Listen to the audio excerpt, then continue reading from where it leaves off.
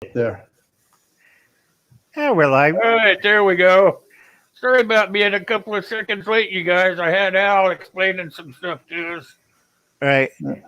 What we repeated before we got on, folks, and it's very simple. What's the number one primary barter item? Alcohol. Close. We went through water, ammo, alcohol, prostitutes, narcotics, all that wonderful stuff. No, folks. Ammo. Ammo. It's salt, plain Yeah. table salt or canning salt. Yeah. Kaylin's in here too now. All right, yeah, I'm going to read everybody off here so everybody gets a howdy do. We have Uncle Old Man was in here. He was the very first one. He was sitting here reading a book while we're waiting to come on. Then we have Gil. He was number 2 coming in here. He was actually the first one on screen because I didn't have mine turned on yet. That scared me. All of a sudden, poop, I'm the one up there. It's like, whoa, wait a minute, what's going on? Now we got Michael 58. Hey, how you doing, Michael? And Kaylin. Good to see you guys. Then we got 6 watching and 6 watching and 5 thumbs up. All right, who's the slacker? Somebody's slacking, yep. Make sure you hit that like button, you guys. Okay. And if it plays a video, let the video play and just duplicate the tab and mute that I'm gonna side. share this video real fast. It's a share screen, but the video is going to be of, I think his name is Prepper. I can't remember his darn name. That's Prepper. why we take notes. I'll get it here in a second. Yeah, I keep on. Prepper I'm City, working on 2 screens here, guys. I believe it's Prepper City, but I'm going to play this. Not the right one. Here we go. Uh-oh, he disappeared. He hit the wrong button. Yep. Hit the wrong button. Yeah. Yeah, see how long it takes for him to get back in here. Hey, okay. Hi, Zach and Brenda.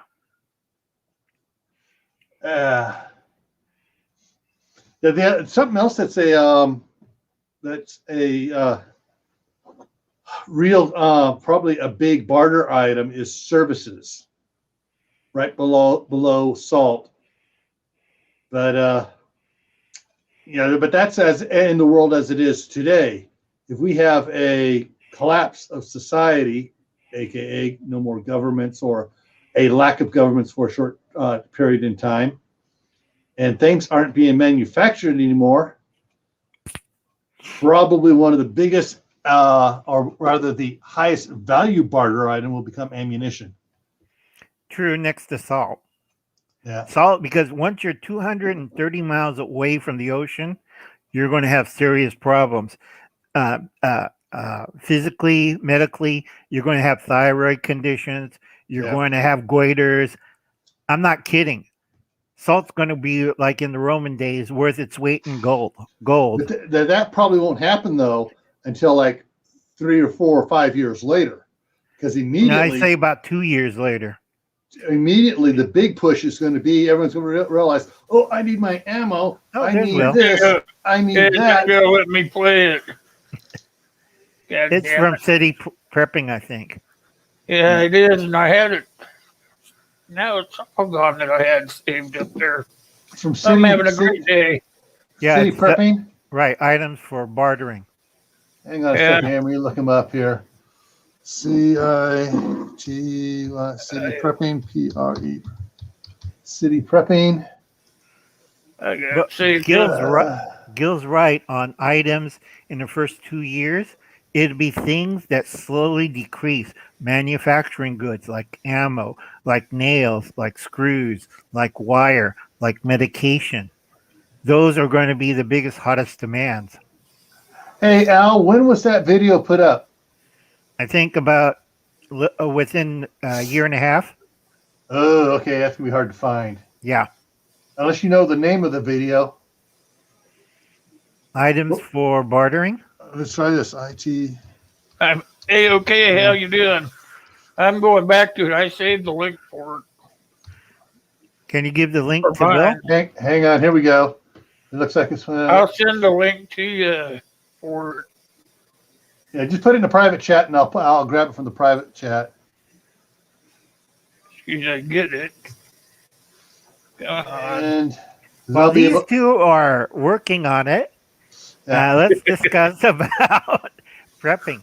Remember, folks, farther away from the coast, coast of the United States is second longest in the world.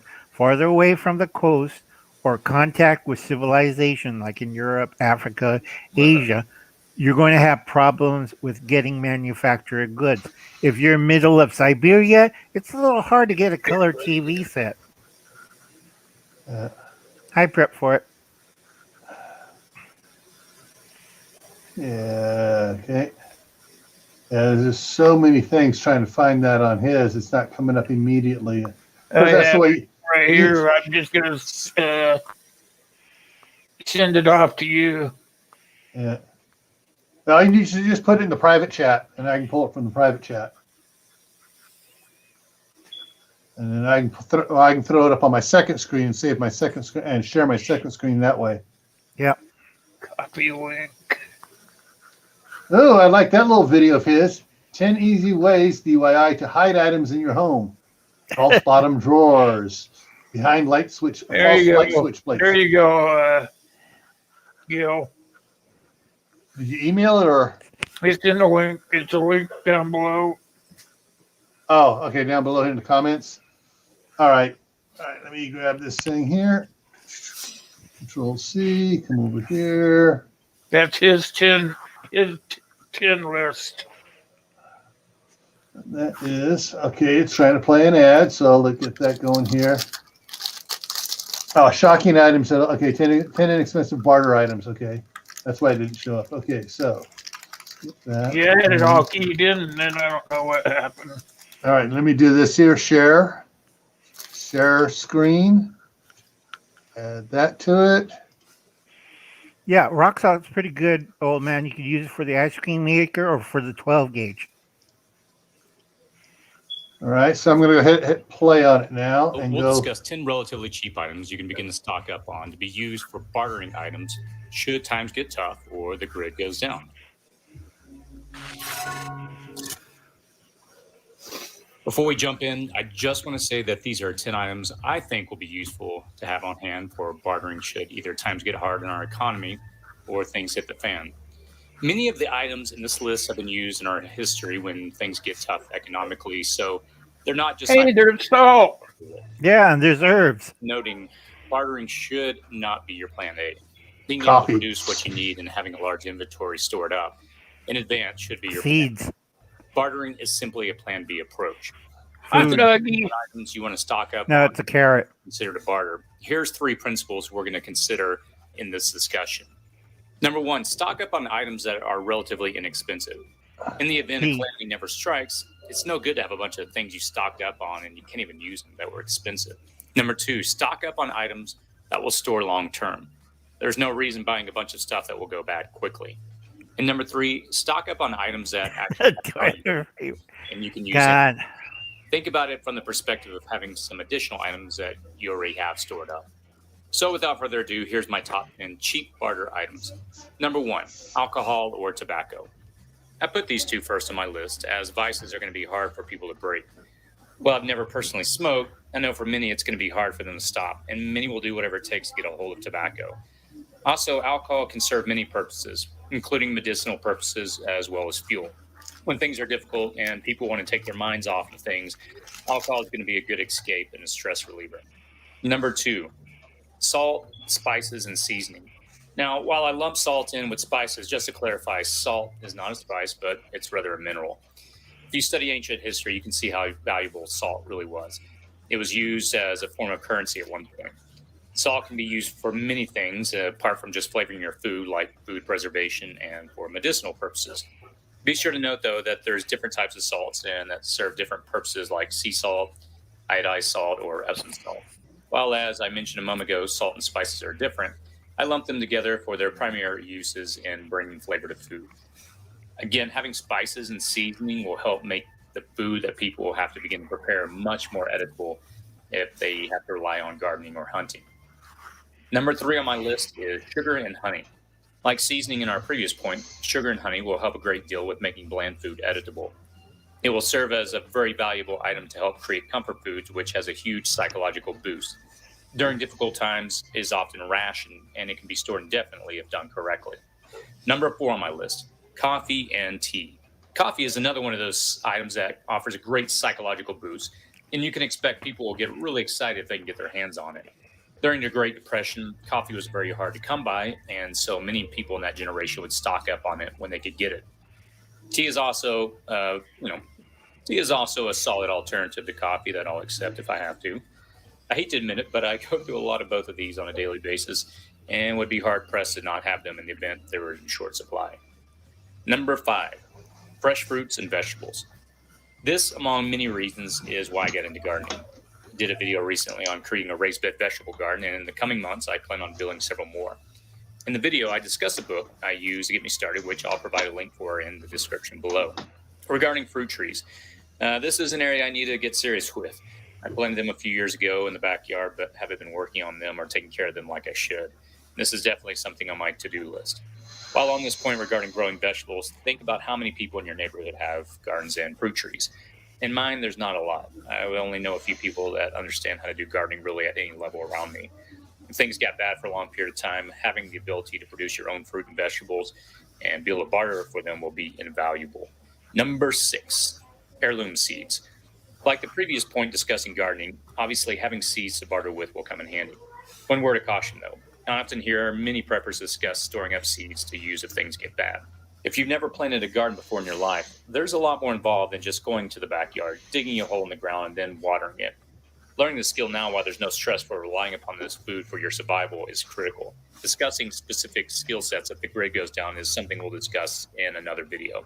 If there's a prolonged grid down scenario, most people have to switch over unused land to grow crops.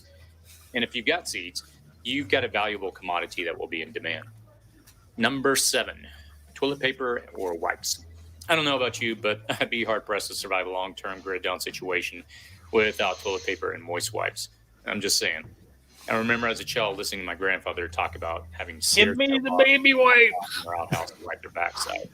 Well, let's just say I wouldn't want to have to do this if it came down to it, but if I had to, I would. So stocking up on an item that I think will be very important to me is probably going to be a good idea. The great thing about stocking up on toilet paper is it just doesn't go bad due to heat or cold, so storing this out in the garage will be easy. Number 8, toiletries such as toothpaste, soap, deodorant, things like that. Like toilet paper in our previous point, stocking up on these little items that people will take for granted will come in handy.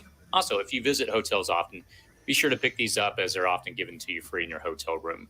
After enough time, you could easily stock up on enough of these to have a nice little supply and have little small individual bargaining units on hand. Number 9, medication, such as antibiotics or pain meds. After a prolonged event, you can expect people to rush to the local pharmacies and clean them out. Why? Well, for different reasons. People will be looking for narcotics initially, but items like antibiotics or insulin will be in very high demand as well. Obviously, the problem is you can't stock up on these items without a prescription. But if you do have any left over after surgery and you can hold on to them, do so and be sure to store them in a cool, dry place and try to keep them stabilized as long as you can. In addition, simple items like over-the-counter pain meds can be very useful when it comes to bartering. Also, you might want to consider items like Pepto-Bismol or Imodium, as many people will probably experience upset stomachs. This was one of the things I remembered about my time in Afghanistan. People there experience a lot of stomach issues due to the unsanitary living conditions experienced in third world countries. And number 10, ammunition. Now, I'm probably going to take a lot of flack on this one. Before you start typing into the comments on this one, let me just make a point. Regarding ammunition, I wouldn't barter this with anyone I don't know. Out of all the items on the list, this is probably the one that I'd only barter with people I trust, that they're not going to send it back to me at 2,500 feet per second. Also, people often point out that by bartering with ammunition, someone's going to use it against you. But my thinking is if someone already has a firearm and they're wanting a specific ammunition, there's probably a good possibility they already have some. Maybe not a lot, but they probably already have it.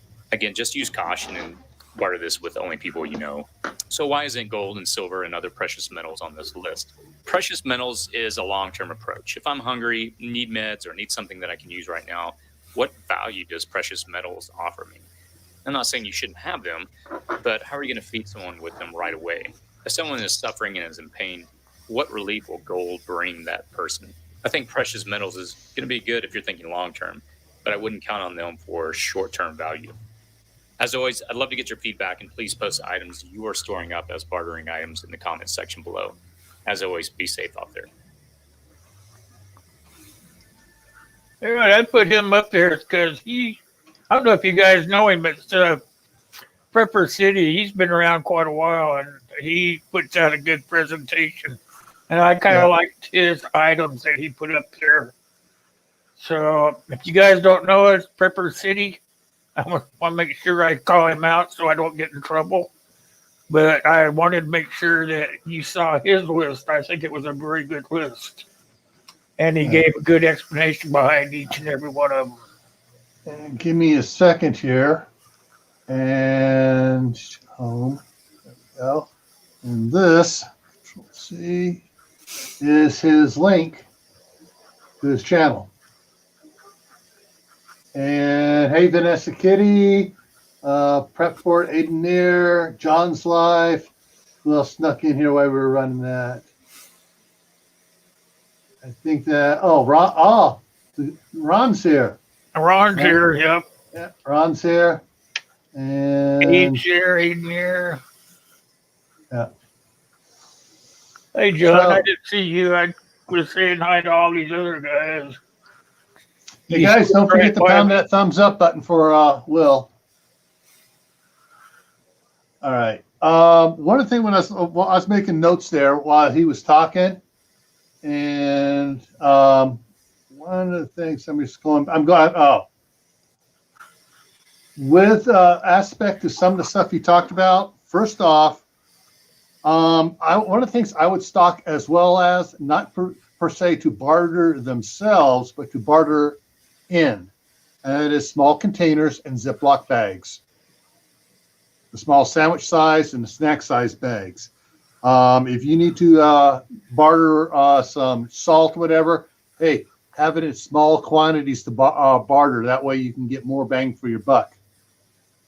Iron Fire Horse. Hey, forgot to mention you too. Hey. They just came in. How you doing? Good to see you. And when he was talking about toilet paper, regular paper in a grid down situation when they're not making any more writing paper at all, just a couple reams of printer paper, something to have. It's not going to cost you anything. Interesting point though, when he was talking about medications, about not being able to get them without prescription. There are certain medications you can get without prescription that are like that you get the like the fish mocks. You got to get the specific type of fish mocks. For that, I would go ahead and get Doc Bones and Nurse Amy's book, Alton's. I'll put it up here in a second. Here, I've got to look it up. But they have a book on antibiotics. Right. The fish boxes and the stuff are very good. I did a video on it I think it's over a year ago. But anything from the vet that's in the mock series is probably going to do you good in a SHTF situation. Right, but be careful. You might also have kidney damage from it too. Well, things if you got to get he gives a specific one you got to use, and it's not coming up. Why isn't it coming up?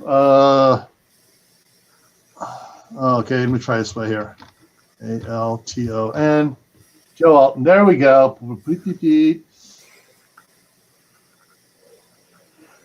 Sorry about that, folks. And If you got wild lettuce in your yard or something, that's good for a natural pain reliever as well. Okay, we did this again on herbs and stuff. There's 3 kinds of wild lettuce. You got to be careful. There's wild lettuce for narcotics. There's one you can eat. Now there's another one that will kill you in 30 seconds. Yep. Yep, So I know. you have Right. to be careful You because have to know the species that you need exactly. right, and if you prepare the wrong species, you either go to the bathroom or they find you on the ground doing a Socrates Chicken. Yeah. You're doing the wild chicken. No, you're doing the Socrates moment. This cup Yeah. will relieve pain. Yeah, forever. Yeah. So Alton's on about if he talks about which ones you can get from, because some of them for like for pets and stuff, for fish and everything, they're made at a different factory, and some are made at the same factory that the stuff for humans is. That's the stuff you want to get. So all they do is That's they the just stuff you divert, want to get. Yeah. yeah, they just divert the product off and put a new different label on it. It's the exact same stuff as for humans, and he talks about which brands those are in the book. So, but yeah, so those they found out the dry pills and stuff. The military has had them for like 20 years. And they've tested them; they're still good. I'm gonna have to So, dig up my notes and maybe do another video on it. yeah, Because I had done all the research on what you're saying about which ones are good for you, which ones are not. yeah. Hey, Gray Man, how you doing?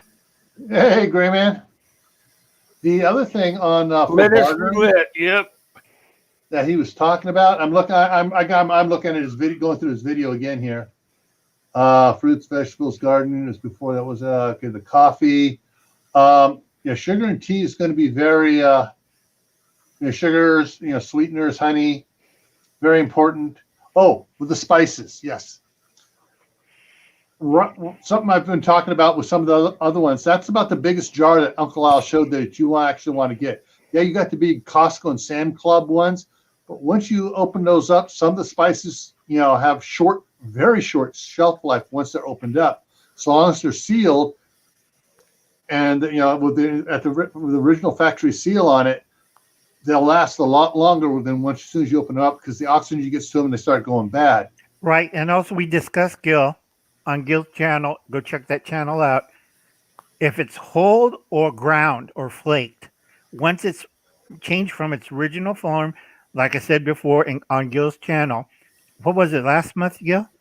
Yeah, I think it was in January. January, or January. it may have been at the end of December. Could be. We're talking about this. Whole spices will retain it up to 10 years. You could Yeah. read that in history books because they used to have the nutmeg trig, and you know how long a sea voyage is. They Yeah. used to Back- seal them up in urns and then Right. just take them out when they needed to and grind them up. I remember. Right. Yeah, Because they have to travel long distances. So they seal them up in clay urns, put them in barrels or whatever, and they ship it across the world. And by the time it reaches there, it's already 8 months. So you don't want it ground or flaked or chopped or yeah, processed. They'll do it there. And in some countries, if you had like cinnamon, allspice, Hey, certain Scott. Welcome. no, You got here today on time, didn't you? Good to see hi you. Scott, certain spices, you could buy a house, a wagon, and a horse, which is equal to a car and truck today, because spices were very, very fragile. If you did not properly store them during travel, you end up after the 8 month voyage with a bunch of garbage. And then all yeah. your investors will be chasing you around town with pitchforks. Now, one of the things to consider, just for historical outlook, go ahead and look up the spice road, where all the spices that were coming from China and stuff, and how they talked about how they were shipped, what was being shipped, because that was camel and donkey travel. Yeah. It was not the Pony Express. It took a while for it to go, and these caravans move slow. Right. Ask Marco Polo. How long did it when he went from Venetia, Italy, to Beijing, China? 10 years. Yeah, but he was also exploring, checking, and going all this way, that way. He wasn't on the spice road. Right. But usually it took like a year to get from China to Europe, and you pay premium spices. The Roman paid like for purple silk, they paid a king ransom, and Yeah. that was only for the emperor because silk was a really big commodity. Guess what everybody was wearing in Europe? Silk. No, And it's not cotton either. Wool. Wool or animal skins, your choice. Yeah. Great diaper material, folks. But like I said, also another thing on bartering, if you haven't bartered before, it's like a dope deal. After SHTF, you don't know who these people are, and you have to be on guard. Yeah. And you can't show them everything. It's like And, not only that, a can of soup might get you a pair of pants, or get your throat slit. Yeah. And that's why I mentioned about having small containers to barter stuff with. You're not going to bring out the 55-pound bag of salt. Okay, let's give you a teaspoon here. No, you're going to bring out little amounts of it and trade that. Well, it's going to be worth a lot too, Right. Like, if you think about it, they're going to these third world countries. A lot of you guys haven't been there, but they have markets that go right out there, and just little pieces of stuff are worth a mint, Right. People don't realize that, And it's always a 3 or 4 man operation, because it's not like the Disney cartoon and there's Aladdin stealing fruit. There's some guy with one of these in the background making sure the fruit stays there. Yeah. The other thing is they talk about Bic lighters, but I really wouldn't charge up Bic lighters because they lose their charge, actually. Well, they blow up. If you can find the stick matches that strike on anything and keep it sealed up, that's your best bet. Yeah, I'm looking at some of the comments here. There was good stuff. Prep Fort made comment that wars were fought over spices, the Silk Road. He's agreeing with that. Where was the other one here? Old man was asking about ground cayenne pepper. If you guys grow peppers and stuff, save the seeds for grinding your cayenne pepper, for grinding your other peppers and stuff, your ghost peppers and stuff, and dehydrate the rest of the pepper and stuff. But like pepper trees, if you can plant a pepper tree in your yard, a black pepper tree, ooh, man, you got pepper, that you'll be able to trade. You'll be a millionaire.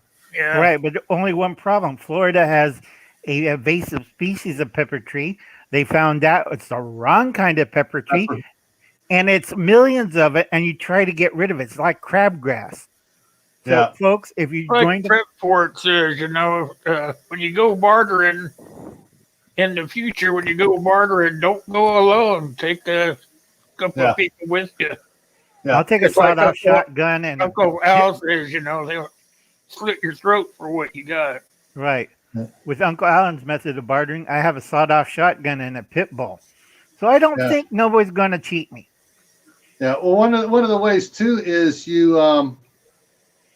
If you have a good fence, if you're someplace where you're going to go where it has where you should barter from the roof of it, closed off building, you're up on the roof, you lower the basket down, you bring the stuff up. You have a chain link fence, okay, you hand it through the fence, trade yourself back and forth. Different ways of doing it if you're not, even when you're first starting out. Once you have a specific clientele that you're working with, then you might barter with them elsewhere where, what you're more friendly with, or those people you already know and you're good friends with to begin with. But, there's a lot of ways to barter, and never, ever let them see how much you really have. Never, ever. Always take out small amounts and play poor too. Right.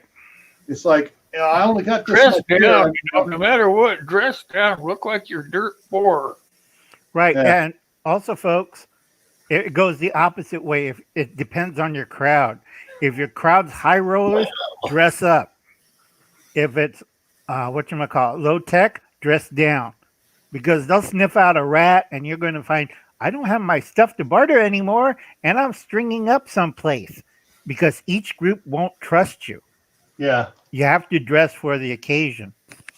Yeah. Ron made a good point there. A good hand grinder, non-plastic, is going to be gold. Well, it's like Kaylin was saying, a pestle, the Yeah, pestle would be your best.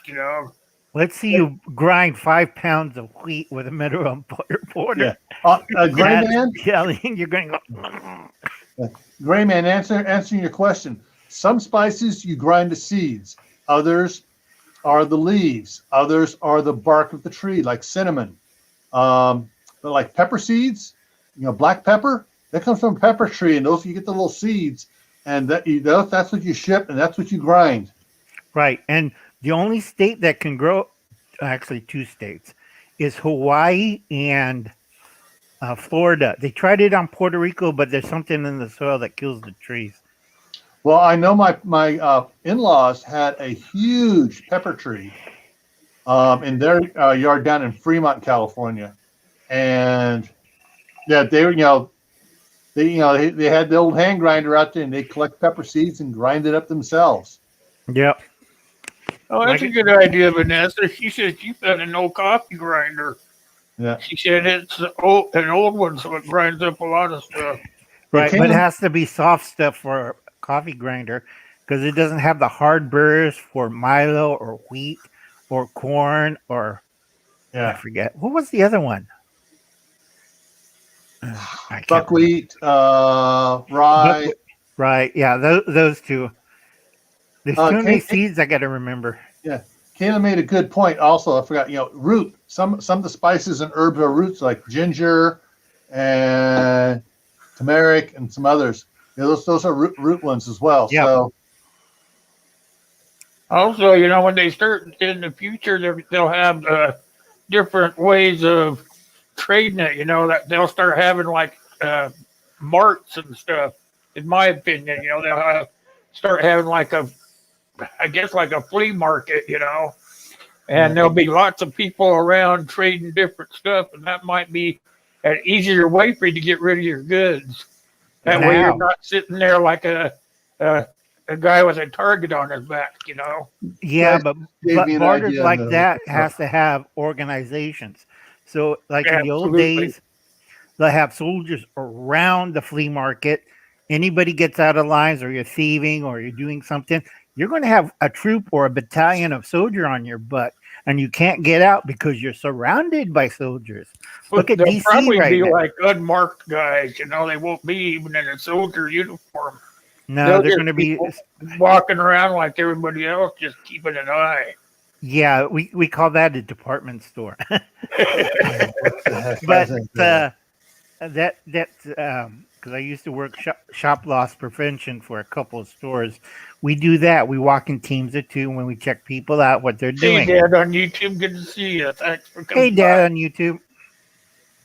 Hey, yeah, I was checking something out here, and evidently, Harbor Freight used to have the little small square, Right. hand grinder, with the clamp on the bench. They're no longer stocking it. They got an electric food grinder for $50.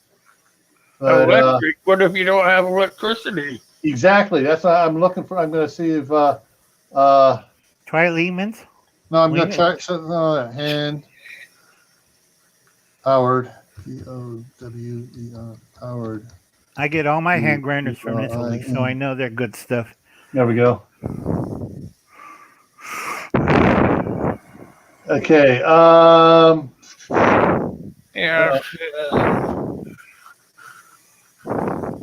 Something like this. I think we'll see. Here's a that one there.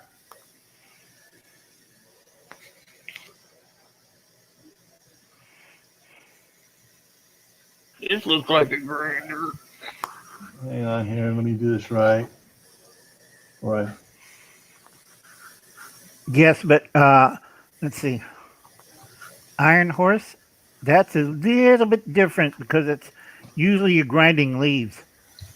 You're not grinding seeds. Seeds a whole different thing. Man, all the cheap ones are gone. Duh. Wow. Try Italy or Lehman's. No, I'm looking around here for the old cheap ones here, but All right, so let me just show these two here. Share this here. Share screen. That one there. So here's a couple that were on Amazon. That's what it looks like. $27, for doing wheat. And the other one is also 27, a little bit different one here. But yeah, for under $30, there are several different ones. Go back to the other one. There are several different ones under 30, and they start going up more and more and more.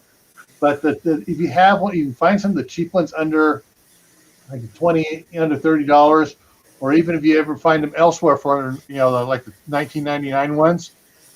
Hey, couple of those. Singer, how you doing? Couple of those would be something great to trade off to people. If someone's looking for a wheat grinder, and all they have is they have 300 pounds or 1,000 pounds of wheat, and they have an electric grinder and no electricity. You could trade off a little cheap $25 grinder, wheat grinder for, oh wow, yeah, but a lot of people don't understand with certain grinders. It's the stones and burrs. If you don't know how these things work, that $25 grinder will be gone in 1 year. Yeah. Because you have to maintain the burrs and the stones. Yep. And if you don't know how to do that, you're in like, I just bought a grinder and I don't know how it works. And well, you put seeds in it. Oh, I don't believe this. I do not believe this. The cheap one here, let me show this again here. This is the cheap one I was talking about. Will, if you can put that up there. Oh, yeah, I was just looking at Aid. He said he gets his in Turkey. All right.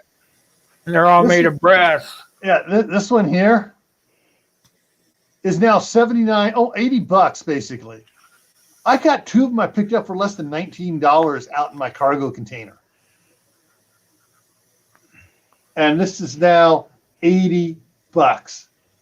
Right, because the early models, people were complaining because the stones were going kaput. Yeah. If you're going to do that, don't use a full cup on top, the hopper. Only use a third of a cup when you're grinding, because that was one of the problems. They solved that problem. That's why it's a full cup. But you have to go really slow on this type. Yeah. When you first start it. Yeah, you just feed a little in at a time. And grind it. Do not overpack the cup. Only about a fourth of it. Let it go through. Rest it. Check the burrs. Start again. Why don't you come up here, Ron? You want to come up here on the panel? Sure, come on board, Ron. I get you a link. Because I know on grinders, I grind Milo. You know how tough Milo is? I could use that as birdshot sometimes. Oops.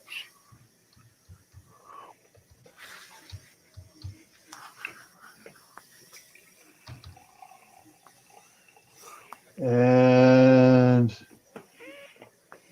there it is. And like Ron was talking about, if people haven't ever planted before, then any gardening and any care of stuff, this is. I'm gonna go back up to the top here. There we go. I got the link up there for you, Ron. Just go get your wizard ready and drop on in. I got the guide up here. There's the Green Wizard's guide. You guys don't have that Green Wizard guide. You really need to get it. That's Ron Neitzel's book. Yep. And it tells you everything. If you want to grow some good herbs and stuff, that book's going to get you there. Right. On a question from Vanessa Kitty. How much does your grinder hold at a time for flour? Okay. Grinding flour and processing is two different things. Flour is the end product of your grind from the grinder.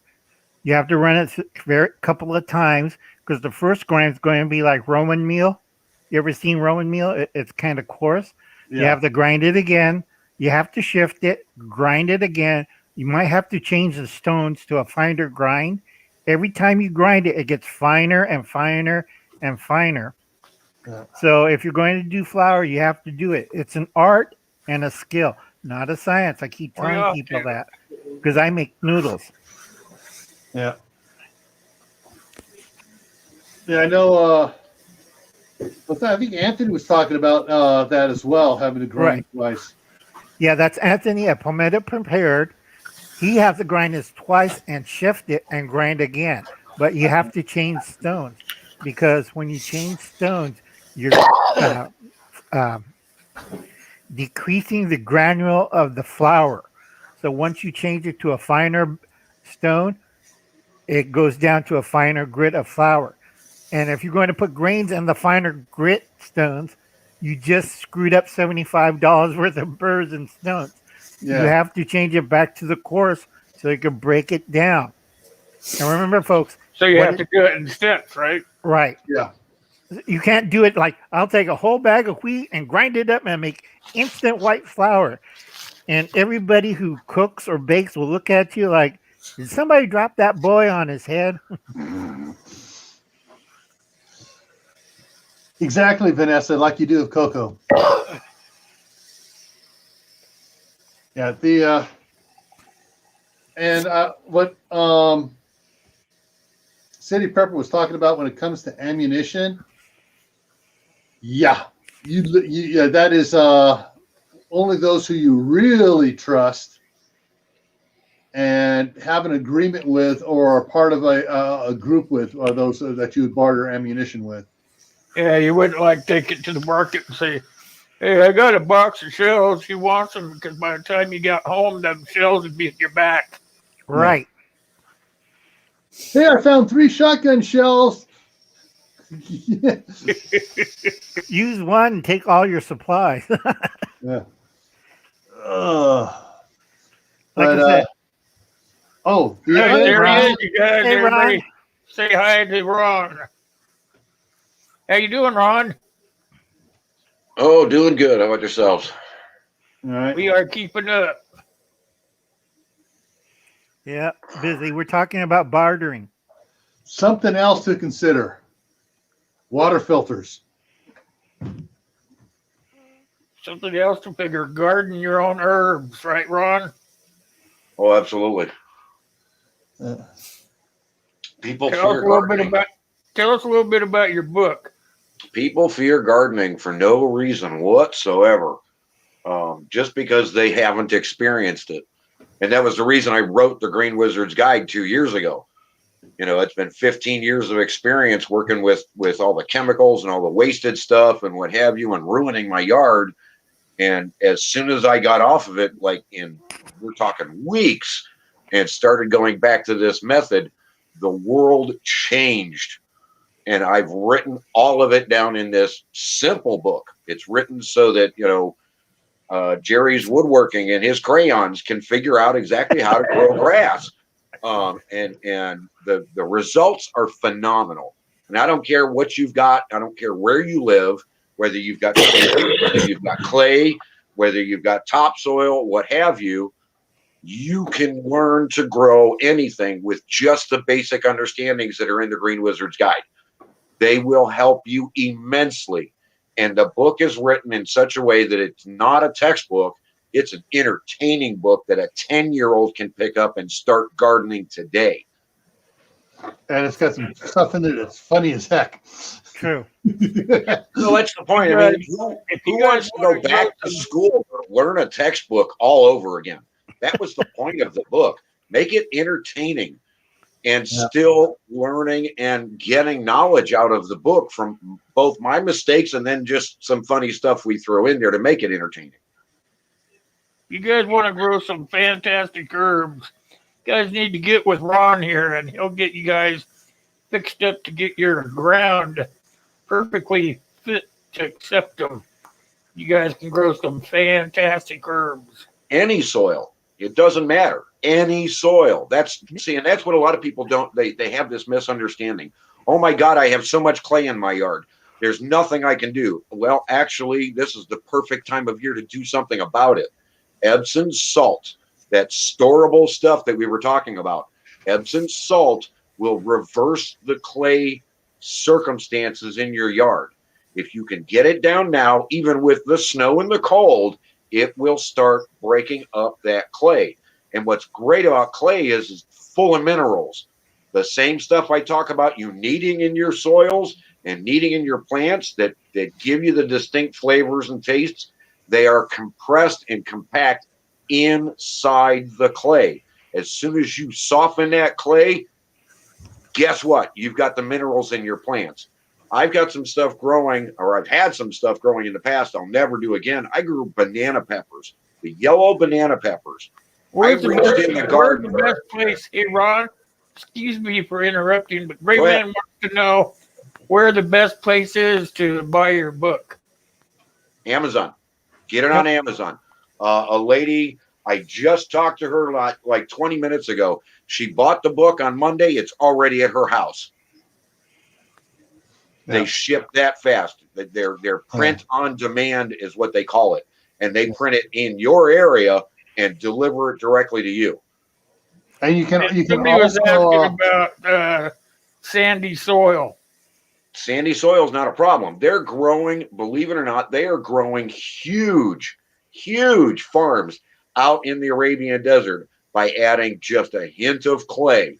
There's a measurement because of how much sand they've got. But when you add the clay, again, I was just talking about that, and the minerals, you can get anything to grow. So if you've got sand, you need to introduce more clay to start breaking it down and start pushing the sand away. Sand is also very loamy and very good for growing potatoes in. So understand, getting rid of some of these circumstances, like getting rid of sand, isn't always the best idea because it may be ideal for growing something else. Yeah, because Ron's right. I grow daikon. I can't grow potatoes because of the heat. And Ron knows what I'm talking about. Heat and 106 degrees is not ideal for potatoes. They kind of kill. But I could grow. You see my photos of daikon. I grow daikon about that long in clay, sandy soil, like Ron said. And I won the book from Gil. I gave it to Tyler as a pass it on gift. Mhm. And Ron's right. His book is great. And that's one major thing I have stored at my house is Epsom salts. It's a little book, guys. It takes less than an hour and a half to get through this. I've got one of them. Ron gave me one, and I ended up mailing it out to somebody, and I got another one. That book is a super good book. I mean, what I've contained in that book will shock you because there is, even in those few pages, it is packed full of information of how to forage to get the minerals, how to forage and fix your soils, and it costs you nothing. Absolutely nothing. You don't need to spend money to get this incredible soil. It's already in your yard.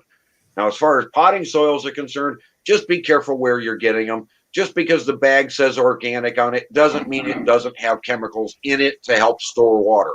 Yeah.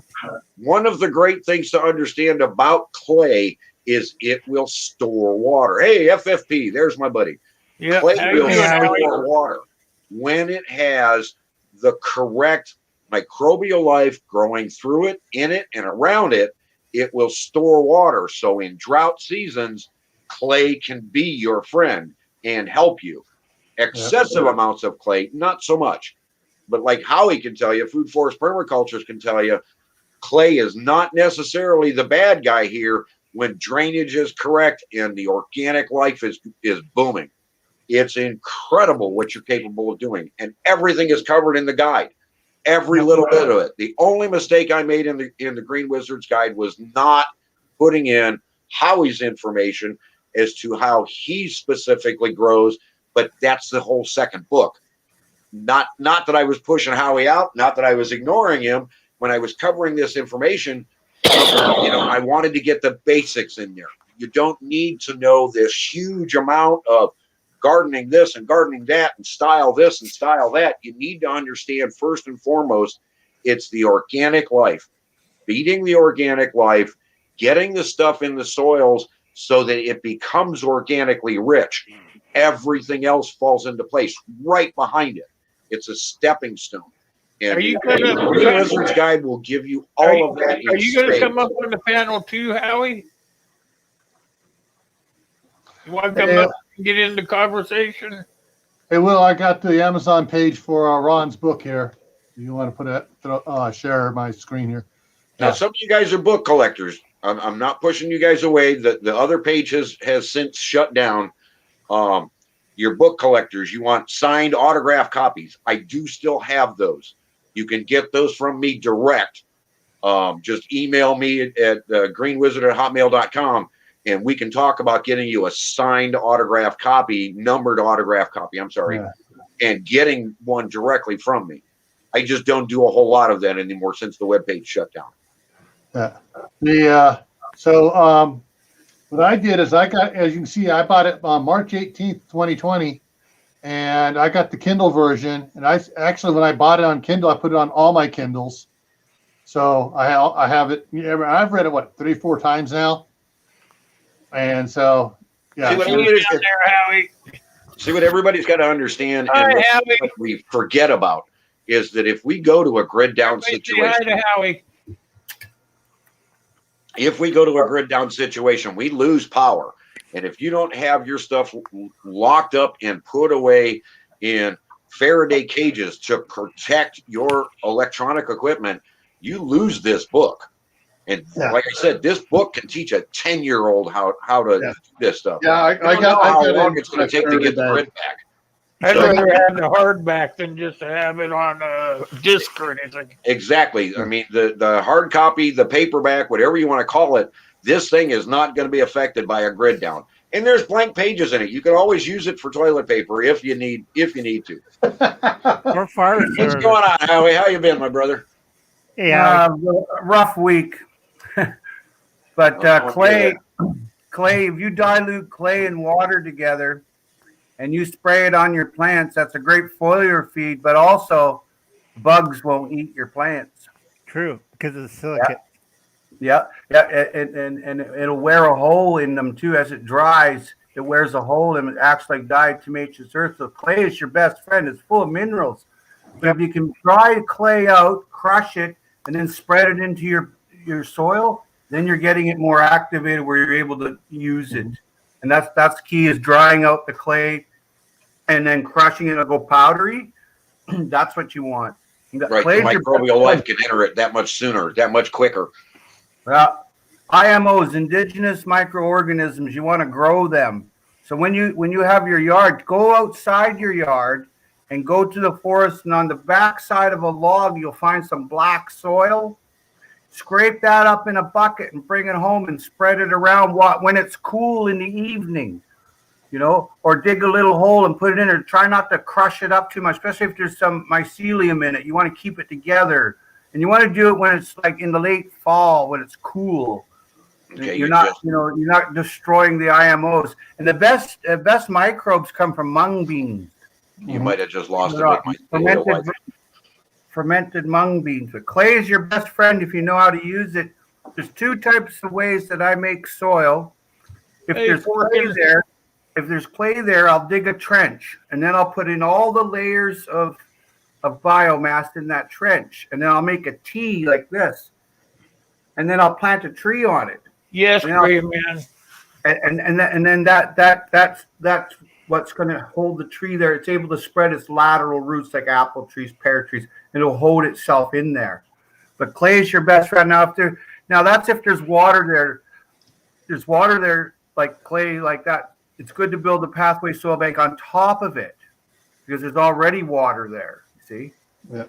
So if you get that stuff on the back side of the log, like you're talking about, is that like all the microorganisms and stuff in it? Yeah, that's what you want. You want to keep it intact too. So do it on a cool, wet, rainy day is a good time. What Howie is talking about with the mycelial life is a very, very small microscopic life form that is breaking down organic matter. And what it appears to be is it looks like little tiny spider webs. Very, very small. But these things can reach up to over a mile. So when Howie says keep that stuff intact and keep it together, that's what he's talking about. If you see this black gold and you see like what looks like spider webs running across the top of it, that's exactly what Howie's talking about. That microscopic life is what breaks down everything in your area. That stuff doesn't necessarily work where I live or may not work up where Howie lives. It's your location.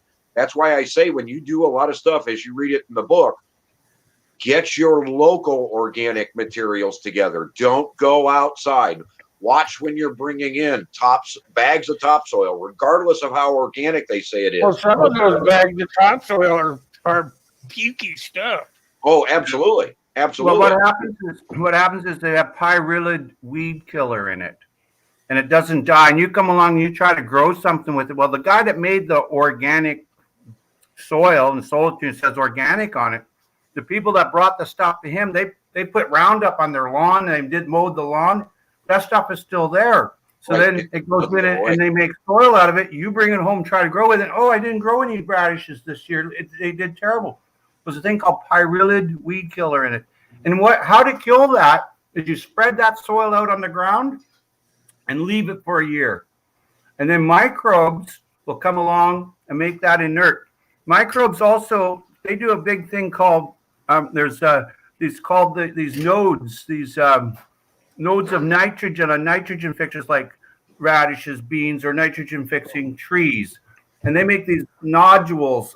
It looks like a spider web, like Ron was saying. So when they break it down, it goes onto the mycelium. So when you're keeping this intact, you don't have to be like a farmer putting fertilizer on every year. The Koreans don't do that. They have their microbes all ready to grow. Right. We also have you don't have to do all that work. You don't have to do all that work. For it says, can you barter it? Yes. Yes, you can absolutely barter it. Anybody who is attempting to start their first garden and getting into seeds and what have you, this is one of those things they need to start their garden. And there's multiple ways of doing this. Howie is talking about just going out there and rudimentary, finding it in the forest, what have you. If you're stuck in a city area and are short on supplies and can't get to certain areas, taking something like milk out of a dead refrigerator, even though it stinks and everything else, that's the microscopic life going crazy. You pour that on soil and it will go bonkers and start breaking down the soil. Milk is great for starting a new garden. Yep, next to chicken poop. We're talking about going directly into the microscopic. Chicken poop is really, really hot, and it may not make your soil. Like I was saying, with the pepper earlier, right before Will changed on us, I grew just yellow banana peppers, and they're supposed to be mild and great tasting and what have you. Under my soil conditions, with what I've done over the years, I reached in there and brushed the back of my hand against the plant itself, not the pepper, just the plant, and burnt my hand. Don't grow peppers on my method. It's too much. It's too dangerous. But one of the things Howie's saying about the some of the bags of the potting mix and soil mix stuff, if it has like the Roundup or the Spectricide stuff in it, if you spreading it out thin, if you spread it out on black plastic, and the sun will help bake out, will break down the chemical composition. Exactly, break down the chemical compounds, and with that heated black plastic will heat it up and speed up the process as well. Right, but some of the problems, just like he was saying with the glyphosates, we're talking about the Roundup product. Roundup is toxic at 0.0. What was it? 4 zeros or 5, Howie? I think it's like 0.0001 parts per million. It's still toxic to the human body. Once Roundup has been sprayed in an area, that area is screwed unless you know how to wash the area down, which I cover in the book. So for those of you that aren't sure, and what your neighbors have done in the past or what have you, I cover away in the book to wash these glyphosates out, because you can't get rid of them. Once they've been sprayed, they're there, but you can move them along and get them out of your gardens and get them out of your yards. It just takes a couple of wash cycles. There are certain products out there that are available that can help, and they are organic.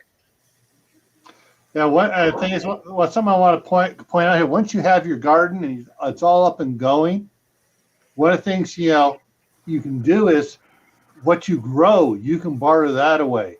And one of the things, a simple tool that most people don't think about is a simple dehydrator to help store what you grow so you can barter it later.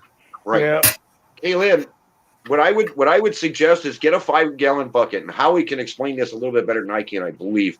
But get yourself a 5-gallon bucket and just basic leaves. Now you may want to punch some holes in the bottom of this thing so it doesn't hold too much moisture. Go around the outer edge. And what you're basically doing is making a composting drum, and the leaves themselves will start to break down in the shade and in the condensed heat with the top on it. You got to keep an eye on the moisture content. You want moisture in it, but you don't want too much. And as that thing starts to break down, you're going to get that mycelia life from your location in your area because it's in the air. It spreads organically. It's everywhere. But the stuff that's concentrated in your area, just start a small compost bin in a 5-gallon bucket, and you will get that mycelia life to grow on your porch. Okay. All right, No. old man. Thanks for coming by. I really appreciate it. Will, it's top of the hour. Yep. Are we going to go for 2 hours or are we going for an We hour? can go for more. I'm ready. We need to start widening it out just a little bit. Okay. Everybody, make sure you get Ron's book and check out Howie's channel, Food Forest Production, on food banks and Permaculture. and also Food forest tomorrow. permaculture. And tomorrow is Gil.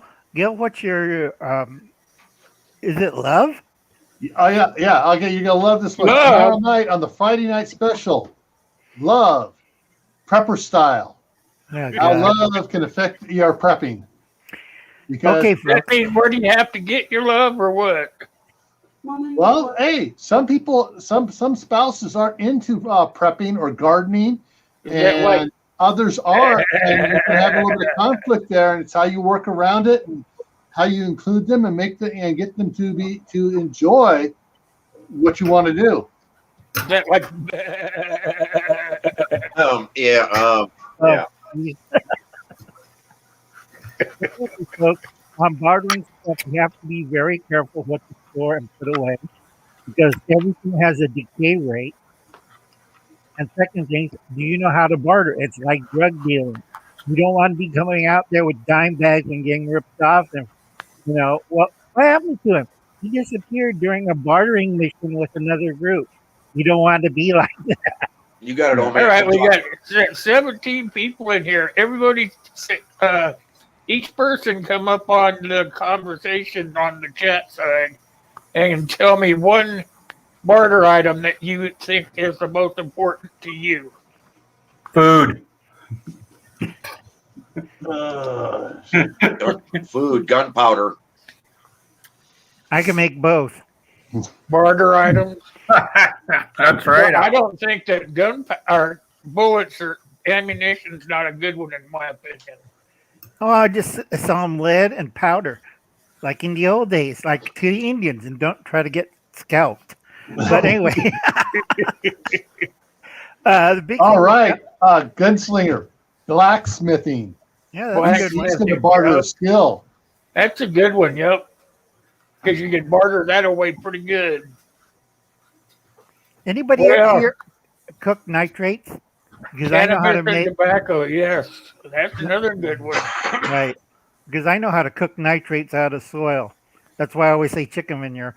Because I know how to boil the stuff down and make the white crystals. The mad scientist. Yeah, Ron knows what I'm talking about. If No, you know how- I don't know One nothing. second, I got something important here. I don't know Look nothing. up. Look Tools up is a Charles, good one, Michael. I mean, all kinds of tools, too. look There's up so many Charles tools, Bowden. you could have a whole shed full of them. Howie, Yeah, I Howie? think you're muted, buddy. Oh, Alcohol, yep. No, There you try go. again. There you go. I Am don't I drink, here? but I got a stockpile. Howie, you're muted, buddy. I'm muted. There you go. You're Now on. You're You're on. not muted. Go ahead, Howie. Charles Dowding. You know who that is? No-till garden. He grows more vegetables on a small plot than anybody I know. And what he does when he has soil show up, when he buys his soil, he adds his compost to it. He makes compost. But what he does is he spreads it out and leaves it for a year. Right. And that way, anything that's in there, microbes come and take it inert, breaks it down. So you grow on the following year, and then your soil's okay. And it doesn't matter what's in there. Microbes do a lot of work where you don't have to. It's important. But gentlemen, I'm on my way to do a living will. Oh right, my we'll see you, Howie. God. See my lawyer, and then I'm not well. I've been given only a little short time to live. So it's been a pleasure. God bless. And Be careful out there, my friend. well, I hope to see y'all again. But All righty. you all Reach take out. care. I love you all. Yeah. Love you too, Howie. Take care, Howie. Yeah, All the best. prepping your gardens. If you've got a bug out area, let's just go there. If you've got a bug out area that you're planning to go with your family, prep a soil area that you're talking about gardening in, or you're thinking about gardening in. Stay ahead of yourself. The more time you give yourself, the more Mother Nature can work with you and restore your soils and get your soils back, the less you have to do when you get there. If you're talking about an area in your yard that you've never gardened before, start prepping it now. Like I said, get some Epsom salt out there. If you've got sections in your yard where you've got too much moisture, it's because there's a clay problem. Throw down some Epsom salt. It's the middle of winter. Let that stuff saturate in, soak in, and do its job. Mother Nature will help you next year, and those areas will go away. If you're seeing roots rising in your yard, you've got too much clay in your yard. Get some Epsom salt down and get the soil to start growing once again. This is not a lifelong project, but it's something that can be done whether you're doing it immediately for results or you're talking about getting something prepped and ready to give you great results. Mother Nature will work with you. All you're doing is enhancing it. All of the information is in the Green Wizard's Guide.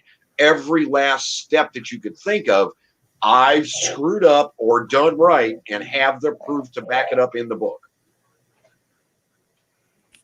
Yeah. You see, if you have a second location, you definitely want to start prepping it now, and get some things planted that you don't need to tend a lot to, that'll just naturally grow, and that way you go up there like once a month or whatever. You go out there for a family weekend getaway. Go out there, harvest, and tend it. Get stuff like that going. Yep. If you've got areas that you're not sure of, you're not sure what's been dumped there, whether it be from car oil, tires breaking down, what have you. If you want to prep an area, grow sunflowers. Sunflowers is a plant neutralizer. It goes in and it pulls all sorts of bad chemicals out of your yard like you would not believe. And it initially inerts them. Something inside those plants, inside the sunflower, will break down gunpowder, will break down oil, will break down chemicals, and it neutralizes them. I wouldn't necessarily immediately go and till those things under or eat those seeds, but I would very, very seriously consider composting those for a couple of years down the road. So neutralize what you have. Let Mother Nature help you. Sunflowers, if another one, like they were just saying, you want to prep something for in the future, throw down a bunch of radish seeds. Let the radishes run wild. They will come back year after year, but a radish will add nitrogen to the soil as it breaks down. It's a huge nitrogen builder. So throw radish seeds down and forget about it. If you plant 4 sunflowers this year, you're going to have 8 next year. Oh, Yeah. If you have 8 next year, you'll have 16 the year after that. No. Well, more than that, because how many seeds are in that head? I planted 16 jumbo sunflowers, and I just took 6 of the heads and I got 10 pounds of sunflower seeds to broadcast out in my field to plant this year. 'Cause I'm just going to let it just grow up, and then I will disc it under, and I'll harvest some They of the always seeds. come back. But Gray Man, see, that's what I'm saying. You know, a lot of people don't realize that this time of year, you know, if you have access to leaves, you can put them down in a blanket in an area that you want to start prepping and get your Epsom salt down first. But as you put those leaves over top, you're going to let geothermal energy start heating that area back up and be able to work that as soil in a month or two, because it's going to start breaking down. Microbial life will enter it as the geothermal temperatures reach it. So just because it's frozen doesn't mean it won't start breaking down and won't start opening up. Yeah, my neighbor across the street that I just bought his house from, when he was cleaning out his pig pen, he brought it over here and dumped it in a pile. And when the last time it snowed, the snow covered it. It was the first thing to melt. Was on that. Was the biomass inside that was cooking down on the bottom of it and just generating heat. Those biomass piles, and this shocks some people, and you've got to be careful as you're growing. You know, and this goes into the next book. You're talking about, you know, composting. You can get a compost pile to get over 200 degrees. Oh yeah. Understand that's useless. Anything over 168 degrees, it will start turning to ash. That is actually toxic. That's no good. Right, because There's one or two minor things to know about composting, but what Camp Patton's talking about is, and what I'm saying, you know, when you put down a bunch of leaves as a blanket over top of your garden, you're causing a composting situation. As the leaves heat up, they will start melting off the snow. They'll start heating up the soil, and you'll get a composting condition going in that soil. and I want to say hi to Anna. I have to agree with Ron because as a kid, I made the world's biggest compost pile, but I didn't understand heat retention and bacteria growth. So guess what happened to our local fire truck when they put out the fire in my backyard? The fire truck catches on fire because it's like a little volcano. You could see red sparks coming out of the compost pile when it blew. And adding water to a compost pile on fire is not a good idea. Nope. The firemen learned that really quick. You have to foam that fire to put it out because it gets my dad took out the tractor and plowed it down. Yeah. I'm not kidding. It looked like a little Krakatoa. Chunks of compost are flying out of it, landing on the fire truck. See, even though, and we've discussed this before, even though this stuff's not covered in my book, I covered a lot of it on the Green Wizard YouTube channel. And there was a lot of discussions that took place, and there's a lot of information on growing and other specifications and specific items where I show my results. I show some of the stuff going on, and we talk about a lot of this stuff. So if you're not subscribed to my channel, Green Wizard, get over there, take a look, add that information to the Green Wizard's Guide, your copy of the book. It's amazing.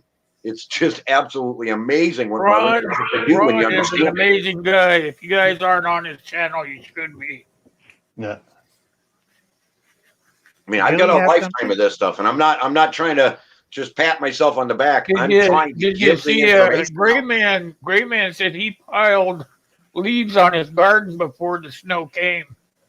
That's awesome. Yeah. And he still says it's kind of frozen, but you know, one of the things too is around here, what a lot of people do around here, just about a half mile down the road here, we have a big dairy, and there you get rid of all their manure they can't before the snow comes and stuff. They're trying to get it out, and they'll bring it out to you, and they'll spread it if you have a decent size, or just dump a pile of it there.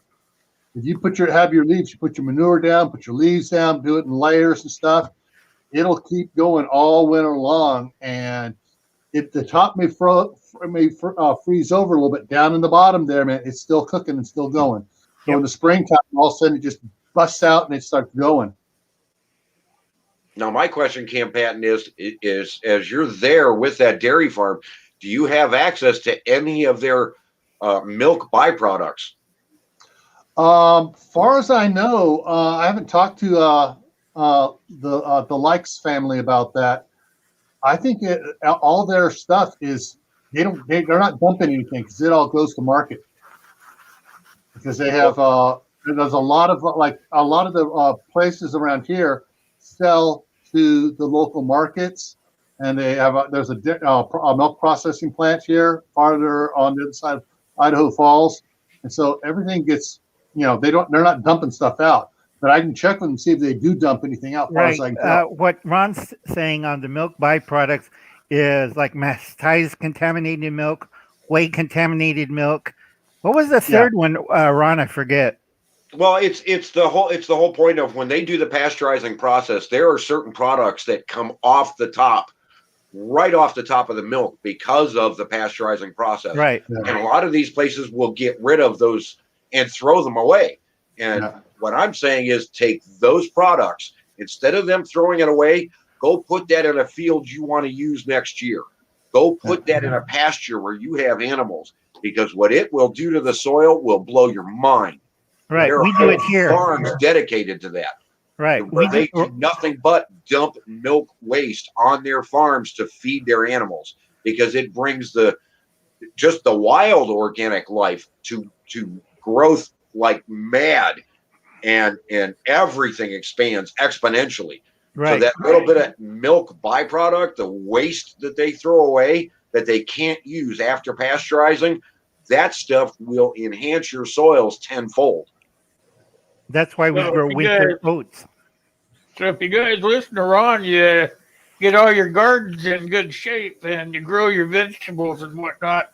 When you bring your vegetables in at the end of the year, then you're going to have way more than what you had before you listened to Ron, and you'll be able to barter some of your stuff away. When I started, and I don't want to drag this on, but when I started, my neighbor got me involved in this. I started with 10 tomato plants. I think I got maybe 8 tomatoes from each one of the plants. Now I will grow only 3 plants. They'll grow to 19 feet long, and I will get hundreds of pounds of tomatoes from 3 plants. 600, 800 pounds of tomatoes. That's what I've done to my soils. It's got nothing to do with the plants. It's got nothing to do with chasing water. It's got nothing to do with chasing weeds. If you're working like that in your garden, you're doing something wrong, and you can get exponential amounts of food right now. And with the way things are going, and with our new administration and the restrictions, they're now telling all commercial farmers that you have to cut your production by 1/3. You've got to now grow that much less in the United States, or we won't subsidize you. And you must use chemicals. You don't want to be eating this food, guys. Absolutely no way you want to be eating it. No. I mean, come on. The guy who's supposed to be the head of agriculture in the new administration is Mr. GMO himself, Mr. Glyphosate himself, coming from the Roundup Corporation. Do you really trust this guy to give us good foods in our grocery stores? Well, that's what Bill Gates is out there doing too. Bill Gates he's the GMO king. Right. Think about everybody's health condition today. Think about how much cancer we have today. Think about the amount of obesity we have today. All of this is a cause and direct effect of what we're eating. You are what you eat. They weren't kidding. You need to be growing GMO safe foods right in your own yard. And if you want to make sure you're not getting GMO, you need to grow it yourself. Yeah, grow heritage. Get the heritage seeds. They are gold right now. They're hard to find, but they're gold. Get the old heritage seeds. Go to an old farmer and get some seeds from him. You don't need a lot to get started. Like I said, I started with 10 tomato plants years ago when I first tried this and went with the chemicals, and I got little results. Now I go with just 3 tomato plants. It's that explosive in my soil. And you can do exactly the same thing this year with the information from the Green Wizard's Guide. It's not hard. Don't let gardening scare you. Go to Yeah. Amazon and buy that book, you guys. Right. Now, folks, I have big news, and I'm near one of the biggest bedding plants for both heritage, GMO, hybrid, you name it. There's going to be a big shortage in May and April of certain types of bedding plants. So if you don't get the seeds now, you're not going to get the bedding plants because they're having a run on it themselves because they had to let go 100 workers. Right now, they have 100 workers putting in seeds in the hothouse. They don't have seeds or soil, not the good soil like Ron says. And they're like, we're not using that stuff. That came from baby diapers. No, the guys I'm talking to, they're saying they're having trouble getting seeds for their bedding plants. No seeds, no bedding plants. No proper soil, no bedding plants. No workers, well, you're out of luck, everybody. Yeah. Anna, I swear to you, give my book a chance. It's $15 roughly. If you're an Amazon Prime, you can get it for even less with free shipping, is my understanding. But when you see what I did wrong and you just avoid what I did, regardless of everything else that's in my book, if you just avoid what I did and I explain it all, you will get rid of that black thumb you've got. And you're right. The conditions are from the food. Now understand, I've heard from Amazon, I've heard from a couple of other locations, and Bill Gates is right in the heart of this. They are getting ready to release brand new food products, and they're not calling them GMOs. They've come up with new terminology, but they are chemically based grown foods in greenhouses, and they're not using soil. They're using something totally different to grow this food, and it's freak food. You Yeah. can't even use the seed. Franken food, yeah. I just did this. We just did a topic on that a couple of weeks ago. Taco Bell has come out, and they came out in the 90s bragging about how all of their foods are chemically grown in a lab and printed. There is no actual food at Taco Bell. That is all chemical byproducts and printed items. It will kill you to eat that food. That's Right, why like people Subway. go to Taco Bell to flush their system out because they get the runs. The human body's not meant to eat that garbage. And Right. Amazon is getting ready to release their own gardening systems where they will deliver you, quote unquote, fresh grown foods from the greenhouse that has nothing to do with organics. It is all chemical based. And they're going to be able to deliver this stuff to you the day you order it. Now, how are you going to get farm fresh foods, farm fresh, in the middle of winter from Amazon?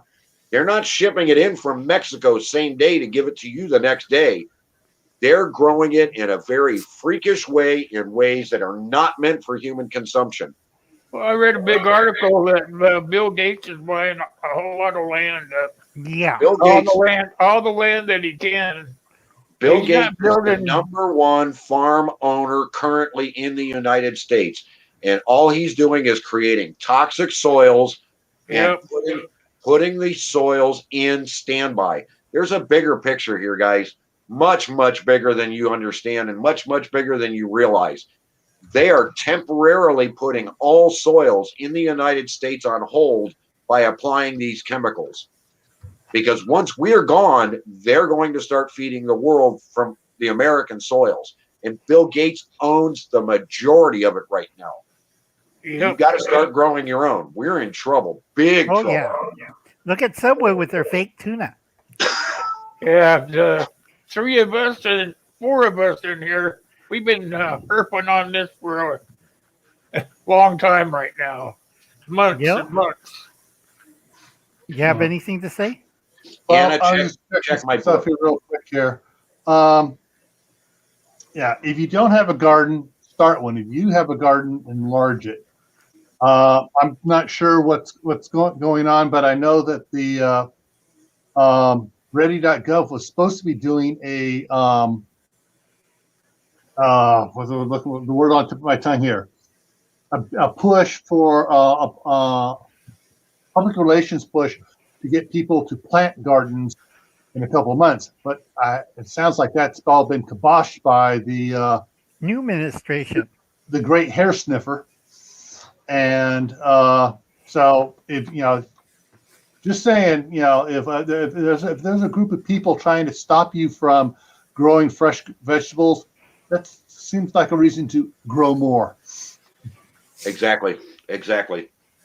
That's why I have tea gardens. And don't let it scare you, please. Whatever you do, don't let gardening scare you. If one of your big things, only thing you can do is learn from it. right? If one of your big things is, well, I don't want to be pulling weeds, I've covered an organic way that you can get right now at your feed stores. There's an organic way of getting rid of all weed seed in your soils.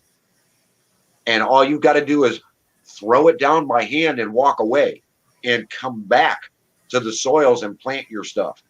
This will kill off all weed seed in your topsoil, in your soils as it is. That's the whole point of this guide. You can do all of this stuff. I've given you all the resources as to where to find everything, what the name of the products are, everything you could possibly think of to create a weed-free garden that gives you exponential growth like you've never seen from plants before in any garden.